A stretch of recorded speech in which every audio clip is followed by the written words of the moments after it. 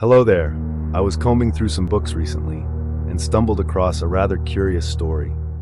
Moths, adorable fuzzy goofballs, or messengers of death? Moths have had numerous symbolic meanings throughout history, primarily that have changed through metamorphosis or reincarnation with their birth, life, and death cycle. However, some cultures believed in a much more morbid connection with moths. The ancient Greeks believed that moths were the very souls of people who had died. Celts saw them as warnings of death and decay, while folks in Appalachia viewed them as a message sent by their ancestors. I grew up in West Virginia, in the heart of the Appalachian Mountains, and there is one story I have heard about my whole life that has always captured my attention. Mothman, Mothman, flying through the night with blazing wings. He's a hell of a sight. Watch out, criminals who can't escape his might. Mothman, Mothman, ready for a fight. Mothman. As a kid, I went and saw the Mothman statue right after it was unveiled. I went on the tours, seeing the stone igloos where they kept munitions for use in World War II, and the infamous abandoned TNT factory that was at one time making 500,000 pounds of TNT daily during the height of World War II. I bought the Vote for Mothman shirts, have gone to the Mothman festival a number of times, and even have this Mothman comic book for some reason. But that all undermines the tragic event that would take place soon after Mothman appeared, where 46 people horrifically lost their lives. For those of you who don't know the story, sit back and listen to the tale of how a creature appeared from nowhere, disappeared just as quickly, but left a very real tragedy in its wake. This story takes place in a small town known as Point Pleasant, West Virginia, which is situated along the bank of the Ohio River. Though the modern version of this town can be described as peaceful, quiet, and idyllic, it possesses a blood-soaked history. The land the town is on has a written and oral history dating back to the time when Native Americans occupied the region, and there are a couple of Shawnee that need to be mentioned. Chief Cornstalk and Red Hawk, the war chief and sub-war chief of the Shawnee tribe that waged battles and wars with the English colonists during the westward expansion of the United States. I could make a whole video on the topic of Chief Cornstalk, and he only showed up in written historical documents for the last 13 years of his life. He was involved in the Pontiac War, the French and Indian War, and at one time was a prisoner of war to the British. From what we know, the man lived a fascinating life through a period of time with great change, and he never stopped fighting for what he believed in until the day he died. Ultimately, the Shawnee, along with the Mingo tribe, were defeated at the Battle of Point Pleasant in 1774 during the tail end of a war known as Lord Dunmore's War. Lord Dunmore himself was a British military officer, loyalist, and the last royal governor over the colony of Virginia. After their defeat, the Shawnee agreed to sign a peace treaty with the colonists, declaring they would give up their hunting land and stop attacking colonists who were traveling up and down the Ohio River. When the Revolutionary War broke out, many Shawnee wanted to fight against the Americans in a hope to regain lost lands. However, Chief Cornstalk was among the few who wanted to learn what the Americans were trying to achieve first before deciding to go to war with them, and was a large component for Shawnee neutrality during the conflict.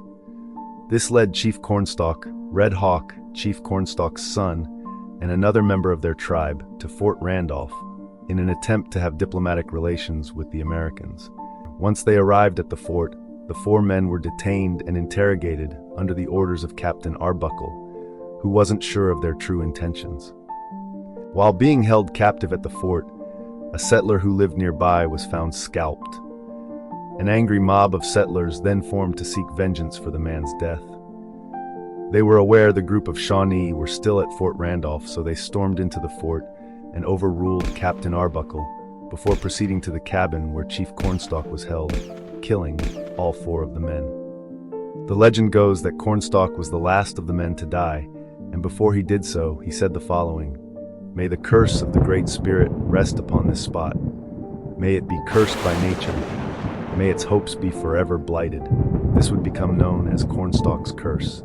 As a quick side note, Chief Cornstalk's gravesite can be found in the historic district of Point Pleasant, where even to this day people pay tribute to him by leaving dried-up corn cobs on his tombstone. That brings us to the main topic of this video. The legend of Mothman begins with two young couples on a November night in 1966, who were out driving around the dark, desolate, abandoned TNT factory. What the couples saw that night would forever change the history of Point Pleasant. The couples, Roger and Linda Scarberry and Steve and Mary Mallett, were good friends who would often take Roger Scarberry's car out to drive around just for fun and exploration. Driving around areas close to the town at night was not uncommon for them, and all four, having grown up in the area, were rather familiar with the local terrain and wildlife. As they crept along the road leading to the abandoned TNT factory, which itself sat in a forested area away from the main road, they saw, in the headlights of the car, what was described as a large black creature with glowing red eyes in the shape of a muscular man. The couples, absolutely frightened after seeing this creature, began to speed off, and to their surprise, the creature was able to keep pace with the vehicle, even scratching at the roof of the car along the way. They reportedly came close to reaching 100 miles per hour in the pursuit, and still had the creature clawing at their vehicle. It was only when they made it to the town itself, with plenty of lights from the street lights, did they notice things had gone quiet. Scared for their lives, they decided it was best for them to go straight to the police station instead of back to their homes. Once at the station, all four gave their testimony, and sure enough, the roof of Roger Scarberry's car had deep scratches all along the top of the vehicle. The first was also the most intense Mothman sighting to take place, with the creature supposedly attacking the vehicle in the process of the encounter. From November of 1966 to December of 1967, there would be numerous reports of seeing the flying creature, some claiming to have seen Mothman during the summer of 1966, some claiming to have seen the creature while being several states away. From my research, I could find an additional 16 sightings that took place in or close to Point Pleasant during that time frame. These sightings often had multiple people together that all had similar descriptions to what was first reported. A large black creature with glowing red eyes that could fly. A couple of reports that stand out are by a man named Newell Partridge, who blamed Mothman for the disappearance of his German Shepherd and for causing static and buzzing noises on his TV. The dog thing. I can understand Mothman could have been a predator of sorts and would theoretically be large and strong enough to take down a German Shepherd. But the TV thing, I guess the idea is that Mothman was radioactive, and that caused interference with the television waves being received. That's my best guess, at least for what Newell meant. But the next time a video buffers I'm trying to watch, I'm going to imagine Mothman must be flying around close by. There were also multiple reports around this time frame of increased UFO activity in the area, along with reports coming in of mysterious men who were dressed in black. Things were reaching a fever pitch of speculation. Newspapers in the area were constantly talking about the events going on, with people arguing and speculating what exactly Mothman was. A bird, a balloon, or some supernatural entity that decided to make itself known. In a book from 1979 called Haunted Valley by history professor James G. Jones, Jones makes the correlation between Mothman and Chief Cornstalk's murdered right-hand man, Red Hawk, alleging that the creature was not some kind of moth, but instead the totem spirit of Red Hawk himself, brought back to help fulfill Cornstalk's curse. This all leads up to December 15th of 1967 at around 5 p.m. The silver bridge that connected Point Pleasant, West Virginia across the Ohio River into Ohio began to fail amidst heavy rush hour traffic. 32 cars would fall into the icy Ohio River, along with the wreckage of the silver bridge, with 46 people inside of those vehicles, tragically losing their lives in the accident. The cause was later identified from the wreckage as being a single point of failure, with one of the I-beams breaking away. The bridge was originally built in 1928 with a different standard of strength in mind and was not regularly inspected. In the aftermath of this accident, the National Bridge Inspection Standards were created as a direct response to the tragedy that occurred in Point Pleasant. I would like to take a moment of silence and respect for those who lost their lives from this terrible disaster. Of the 46 victims, only 44 were able to be recovered from the river.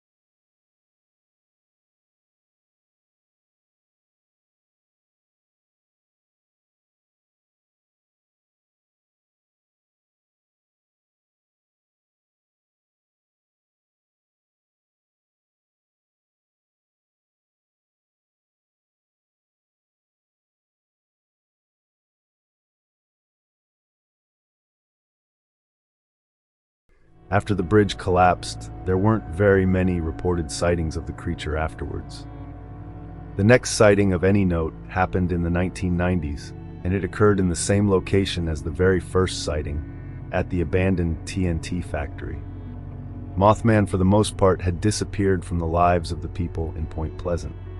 Though this is where the idea of Mothman being an omen or messenger of death came from, all these reported sightings within the span of a year and after the bridge collapsed, nothing.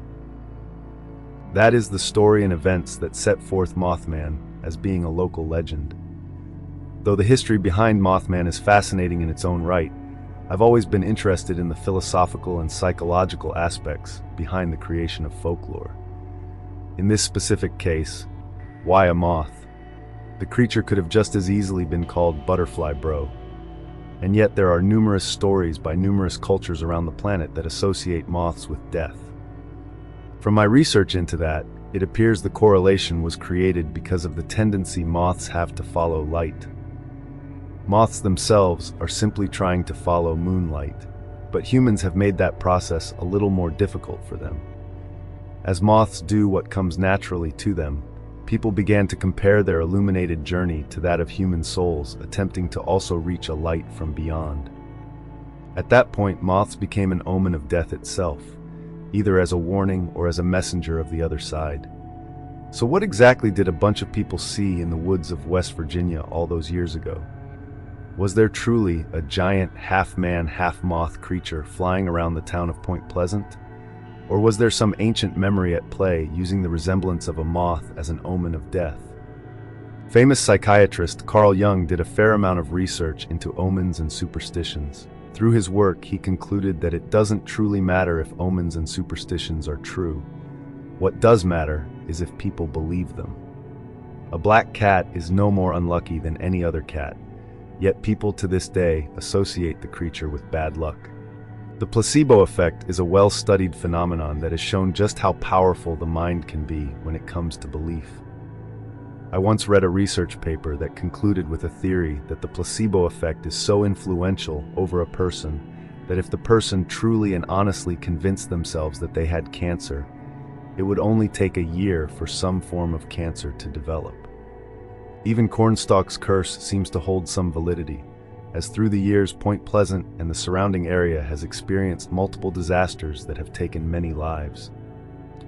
After Cornstalk's death, the area was plagued with fires, floods, and other natural disasters.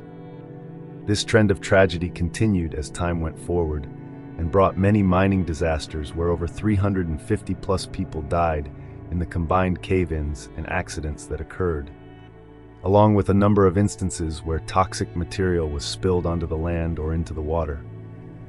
Not to mention the Silver Bridge collapse itself being part of this curse. I wonder if these events are directly related to Cornstalk's curse or were simply attributed to him in order to help people cope with the various tragedies by using it as a scapegoat. These kind of stories always make me wonder, is it easier to blame tragedy on something outside of our own control?